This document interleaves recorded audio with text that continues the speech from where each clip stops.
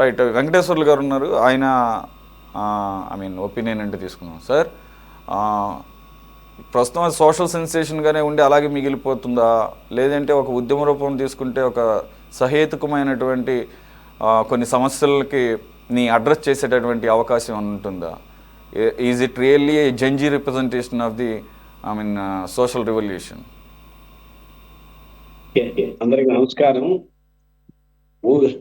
ఆ సెన్సేషనల్ మొత్తం మీద వారం రోజుల్లోనే దేశవ్యాప్తంగా కదా ప్రపంచవ్యాప్తంగా ఒక సంచలనం సృష్టిస్తుంది. దాదాపు 1.5 కోటికి పైగా ప్రజలు దీన్ని ఫాలో అవుతున్నారంటే ప్రత్యక్షంగా పరోక్షంగా దాని ప్రభావం ఇంకా కోట్లలోనే ఉంటుంది. దానికి మరి దాన్ని బ్యాన్ ఎవరు చేశారా ఏమిటని అధికారంలో ఎవరుంటే బ్యాన్ చేసే అవకాశం వాళ్ళే ఉంటారు కాబట్టి బ్యాన్ అనేది 100%. మరి బ్యాన్ చేసినటువంటి మరి గంటలోనే 16,000 మంది మళ్ళీ స్టార్ట్ అయింది. అది జరుగుతూనే ఉంది. సరే, ఇక్కడ 16వ తేదీ సిజేఐ ఒక కేసు దీనికి సంబంధించిన మాట్లాడుతూ ఆయన మాట్లాడాడు. కూర్చొని బొద్దింకల్లాగా తిరిగి దీనికోసం ఇట్లా ఉంటున్నారు, తయారయ్యారు, పరాన్న పుక్కులుగా ఉన్నారు అని రకరకాల వ్యాఖ్యలు చేసినట్లు వచ్చింది. అది మరుసటి రోజే పెద్ద వార్త అయింది. మరి ఆయన 2 రోజులు 3 రోజుల తర్వాత నా మాటలు వక్రీకరించారు, నేను అట్లా మాట్లాడలేదని కూడా ఆయన చెప్పారు. సరే, ఏం చెప్పారా, ఎక్కడ చెప్పారా, ఆయన మాటల వల్ల వచ్చిందా అనేది పక్కన విషయం. ఇది సిజేఐ మాట్లాడాడు కాబట్టి ఇది ఉద్యమం పుట్టుకొచ్చింది, ఆయన మాట్లాడాడు కాబట్టి సోషల్ మీడియాలో వైరల్ అవుతుంది, ఇది సోషల్ మీడియా ప్రచారంతో వస్తుంది అని మనం రకరకాల వ్యాఖ్యానాలు ఎవరి అభిప్రాయం వాళ్ళు చెప్పొచ్చు. కానీ ఏ వ్యాఖ్యానాలు ఏది పుట్టుకొచ్చినా ప్రజల్లో ఉన్నటువంటి అసంతృప్తి అనేది ఏదో ఒక రూపంలో బయటకు వస్తుంది. అది మనం గమనించాల్సినటువంటి అవసరం. ఆ వచ్చే అసంతృప్తి అది ఎల్ఐ రూపంలో వస్తుందా, సిజే రూపంలో వస్తుందా, కాక్రోచ్ రూపంలో వస్తుందా, సుత్తికొడుల రూపంలో వస్తుందా, రూపం సంగతి కాదు మనం ఆలోచించాల్సింది. ఇది ఉద్యమం, ఇది భావజాలమే. ఇప్పుడు విజయ్ అన్నాడు ఇది భావజాలం సోషల్ మీడియా వరకు అని.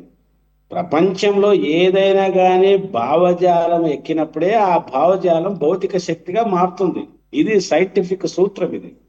కాబట్టి భావజాలం వైపు మొత్తం ఇప్పుడు సోషల్ మీడియా అంతా అది జరుగుతుంది. ఏమిటి, ఆయన ఒక సిద్ధాంతం లేదు, ఒక విధానము ప్రకటించలేదు, మేము వస్తే అధికారంలోకి చేస్తామని చెప్పలేదు, ఏమి మాట్లాడకుండానే ఒక సోషల్ మీడియా వేదికగా యువత మేము వస్తాము అనే లోపు ఇన్ని లక్షల మంది వస్తున్నారంటే దీని వెనుకున్నటువంటి యొక్క అసంతృప్తి, దీని వెనుకున్నటువంటి పరిణామాలు మనం అర్థం చేసుకోవాలి. ఏమిటి ఆ పరిణామాలు? ఇప్పుడు విఠల్ గారు చెప్పారు, ఏదో ఒక పనిలో ఉన్నారు, ఏదో ఒక పని చేసుకుంటారు, నిరుద్యోగ సమస్య.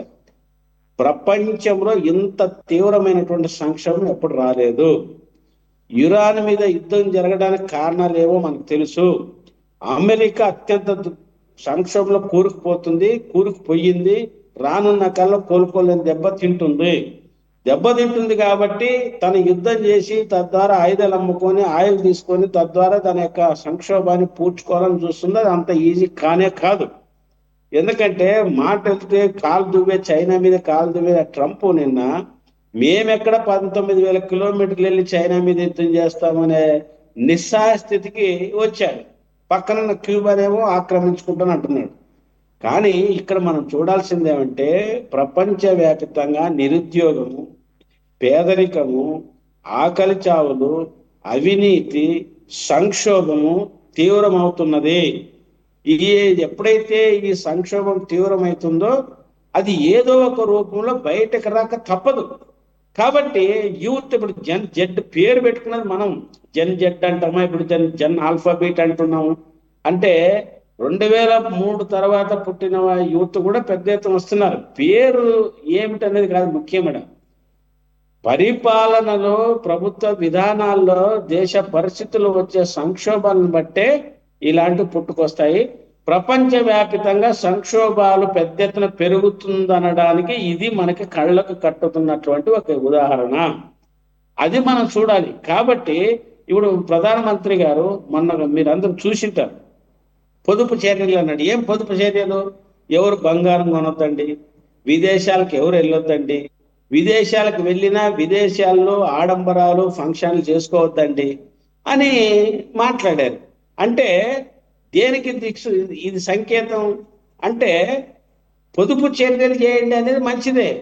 పొదుపు చర్యలు చేయడం అనేది దేని నుంచి వస్తుంది? సంక్షోభం నుంచే పొదుపు చర్యలు వస్తుంది. కాబట్టి ఇవన్నీ ఇప్పుడు మధ్యతరగతులు ఎప్పుడైనా చూసామా?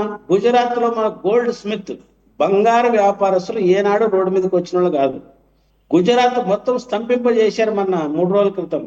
మొత్తం ఆంధ్ర రాష్ట్రంలో ఉన్నటువంటి బంగారు వ్యాపారస్తులే కాదు, కార్మికులు పెద్ద స్తంభింపజేశారు దానివల్ల. అంటే ఎవరైతే మధ్యతరగతి బీజేపీ ప్రభావము ఎవరి మీద అయితే ఉందో వాళ్ళే ఈరోజు రోడ్డు మీదకి వస్తున్నటువంటి పరిస్థితి ఉందంటే అది ఎంత పరిణామం ఉందో దీన్ని బట్టి మనం అర్థం చేసుకోవాలి. ఆ అబ్బాయి మీరు అభిజిత్ దీప్కే మీరు చూశారు, చిన్న వయసు, పెద్ద రాజకీయ అనుభవం కలిగినడు కాదు. మీరేదో అక్కడెక్కడ తిరగడని చెప్పిండొచ్చు, విద్యార్థుల్లో చేసిండొచ్చు.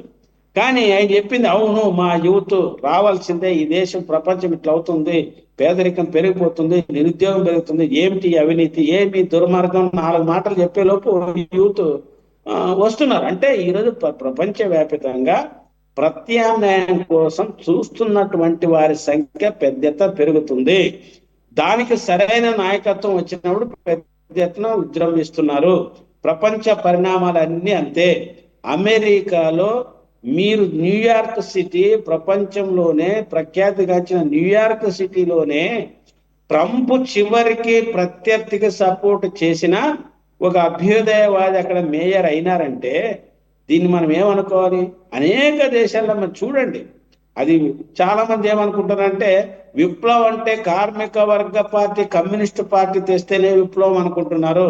అందుకోసమే కార్ల్ మార్క్స్ ఏం చెప్పాడంటే విప్లవాలు అనేది ఒకానొక ముహూర్తం బట్టి కమ్యూనిస్టు వాళ్ళ రూపంలో వస్తుంది అనడానికి లేదు. ప్రజల యొక్క భావవాదం భౌతిక శక్తిగా మారితే, విజయ్ చెప్పింది మళ్ళీ రిపీట్ చేస్తున్నాం, ఆ భావవాదం అనేది భౌతిక శక్తి మారితే ఆ భౌతిక శక్తే విఠల్ గారు చెప్పినట్టు విప్లవాలుగా మారుతాయి. విప్లవాలంటే మార్పు, అది కమ్యూనిస్టు రూపంలోనే వస్తుందని మనం అనుకోవడానికి వీల్లేదు. ఎందుకంటే చాలా మంది ఏమంటారంటే విప్లవం అంటే కమ్యూనిస్ట్ పార్టీలు తెస్తాయని. కమ్యూనిస్టు పార్టీలు దానికి ప్రతీక, కమ్యూనిస్టు పార్టీ దానికి వారసుడు. కానీ ప్రజల యొక్క తిరుగుబాటుని ఏ రూపంలోనూ రావచ్చు. కాబట్టి ఇది కూడా ఒక రకంగా పార్టీగా ఉద్భవించకపోవచ్చు, తన సిద్ధాంత రాజకీయ విధానాన్ని ప్రకటించకపోవచ్చు. ఏదేమైనా ఇది ఒక భారతదేశంలో జరుగుతున్న ఒక మంచి పరిణామానికి ఒక పునాది అనడానికి మాత్రం మనం చెప్పవచ్చు. లేకపోతే పాలక వర్గాలు ఇంతలో అడలిపోయి బ్యాన్ చేయాల్సిన పరిస్థితి ఎందుకు వచ్చింది? బ్యాన్ చేసినంత మాత్రాన అది ఇంకా పెరుగుతుంది. ఎందుకు బ్యాన్ చేసినా ఇంకా పెరుగుతుంది తప్ప దాని యొక్క ప్రభావం తగ్గదు. అందుకోసమే అది కాక్రోచ్ జనతా పార్టీ అని పెట్టే దాంట్లోనే దాని యొక్క పేరులోనే కనపడుతుంది ఎగతాళి. కాబట్టి దీన్ని ఎవరు పెట్టారా, దీని బ్యాక్గ్రౌండ్ ఏంటనేది మనం చూడాలి. ఎందుకంటే దీంట్లో 2 రకాలు. ప్రజల అసంతృప్తి తీవ్రమైనప్పుడు, పేదరికము సంక్షోభం ఏర్పడినప్పుడు విప్లవాల రూపంలో వచ్చే తిరుగుబాటు ఒక రకంగా ఉంటుంది. రెండవది ఏమిటంటే గమనించాల్సిందంటే ప్రపంచంలో ఉన్నటువంటి పెట్టుబడిదార వ్యవస్థ సంక్షోభంలో కూరుకుపోయినప్పుడు, తమకు అనుకూలమైన ప్రభుత్వాన్ని కూలిపోతామని భయం వచ్చినప్పుడు ఆల్టర్నేటివ్ గా కూడా వాళ్లే రైట్ ఫోర్స్ వింగ్స్ తెచ్చే అవకాశాలు కూడా కనపడుతూ ఉంటాయి. అది కూడా ఒక నష్టదాయకంగా ఉంటుంది. అందుకోసం దీన్ని ఇంకా మనం ఒకేసారి క్లీన్ చిట్టింగ్ అయిపోయింది, తిరుగుబాటు జనజెట్ విప్లవం అని మనం అని కితాబ్ ఇవ్వలేము. ఏమైనా ప్రపంచవ్యాప్తంగా పెట్టుబడిదారు విధానానికి ఏదో ఒక రూపంలో ముంచుకొస్తుందనడం మాత్రం అది నగ్న సత్యం, అందరికి తెలిసింది. అన్ని దేశాల్లో ఏదో ఒక రూపంలో జరుగుతున్నాయి. పక్కనున్న దేశాల్లో కూడా వచ్చింది. మన దేశంలో కూడా ఇటువంటి ప్రభావం కనపడకుండానే పెద్ద ఎత్తున వస్తుంది. నిరుద్యోగం తాండవిస్తుంది. ఆర్థికం భారతదేశ పరిస్థితి ఏమీ బాగలేదు, సంక్షోభం పెరిగిపోతుంది. పాలకవర్గ ప్రభుత్వాలు చెప్తున్నటువంటి సర్వేనే చెప్తున్నాయి మన దేశంలో ఉన్నటువంటి 80% సంపద 10 మంది చేతిలో ఉందని. 100కి 70 మంది చేతిలో 1% కూడా సంపద లేదని ప్రభుత్వ సర్వేలే తెలియజేస్తున్నాయి. మనం చెప్పేది మేము చెప్పేది కాదు. అందుకోసమే మన ఆంధ్ర రాష్ట్రంలోనే చూడండి, బీటెక్, ఉన్నతమైనటువంటి పీజీ, చివరికి డాక్టర్ల చదివిన వాళ్ళు కూడా ఒక ఆంధ్ర రాష్ట్రంలో పీజీ చేసిన వాళ్ళు 22 లక్షల మంది ఉద్యోగాల కోసం ఎదురు చూస్తున్నారు. 22 లక్షల మంది. దేశవ్యాప్తంగా చూసినప్పుడు బ్యాక్లాగ్ పోస్టులు 1,20,00,000 ఉన్నాయి. ప్రభుత్వ ఉద్యోగాలు మొత్తం కలుపుకుంటే, ప్రైవేటు ప్రభుత్వం అన్ని కలుపుకుంటే దేశవ్యాప్తంగా సుమారు 10 కోట్లు ఉద్యోగాలు ఈ కాలంలో ఉన్నాయి, ఫిలప్ చేయలేదు. మరి వీళ్ళంతా నిరుద్యోగులంతా బయటకు వచ్చిన తర్వాత ఇప్పుడు విఠల్ గారు చెప్పినట్టు ఏదో ఒక పని, ఏం పని? మా ఇంట్లో 2 ఉన్నారు, టాప్ స్టూడెంట్ 2, ఏమీ లేదు, ఐటీ కొలాప్స్. రోజుకు మీరు చూస్తున్నారు బయటికి ఎలా వస్తున్నారో, మీరు చూస్తున్నారు ఐటీ రంగం అంతా కొలాప్స్ అవుతుంది. మరి ఎక్కడ ఉద్యోగ అవకాశాలు? డాక్టర్ ఎంబీబీఎస్ చదివిన వాళ్ళు పీజీ లేకపోతే ప్రత్యేకమైన స్పెషలైజేషన్ లేకున్నటువంటి డాక్టర్లు మన రాష్ట్రంలో వేల సంఖ్యలో ఉన్నారు. ఇవన్నీ కూడా ఒకానొక సందర్భంగా సందర్భం వచ్చినప్పుడు, ఒక సరైనటువంటి యువతకు కనపడినప్పుడు వీళ్ళని ఎవరు ఆపలేరు, ఏ చట్టాలు ఆపలేవు, ఏ ప్రభుత్వాలు చేసే కొత్త జీవోలు నిలవరించలేవు. ఇవన్నీ పటాపంచలు చేసుకొని ప్రభుత్వాన్ని దించుతారు. అటువంటి రోజులు రేపు వచ్చాయా, ఈ రూపంలో వచ్చాయా? ఈ కాక్రోచ్ జనతా పార్టీ అంటామా, పేరేదైనా పెద్ద ఎత్తున మాత్రం ఏదో ఒక రూపంలో మాత్రం ప్రజల తిరుగుబాటు ఇక్కడ అక్కడ ఏదో ఒక చోట మాత్రం జరుగుతున్నమాట వాస్తవం. అది మన పాలక వర్గాలు గమనించి 3 అంశాల మీద జాగ్రత్త తీసుకుంటే నిరుద్యోగ సమస్య పరిష్కారానికి మార్గం. అవినీతిని చూస్తున్నాం కదా, ఎంత దుర్మార్గం. నేను హైదరాబాద్ లో ఒక సాధారణ కూడా 100 కోట్ల అవినీతి. ఇంకా కోటీశ్వర్లు ఎవరైతే ఈ భారతదేశంలో కోట్లలో అవినీతి ఉన్నారో వాళ్ళు జైలుకి పోయినోడంతా మరుసటి రోజు బీజేపీలో చేరిన తర్వాత అవినీతి లేదు. మనం చూస్తున్నాం కదా, ఎంతమందిని చూస్తున్నాం. కాబట్టి ఇది ఏదో ఒక రూపంలో విధానాలకు వ్యతిరేకంగా వస్తున్నటువంటి భావజాలం అనేది మాత్రం వాస్తవం.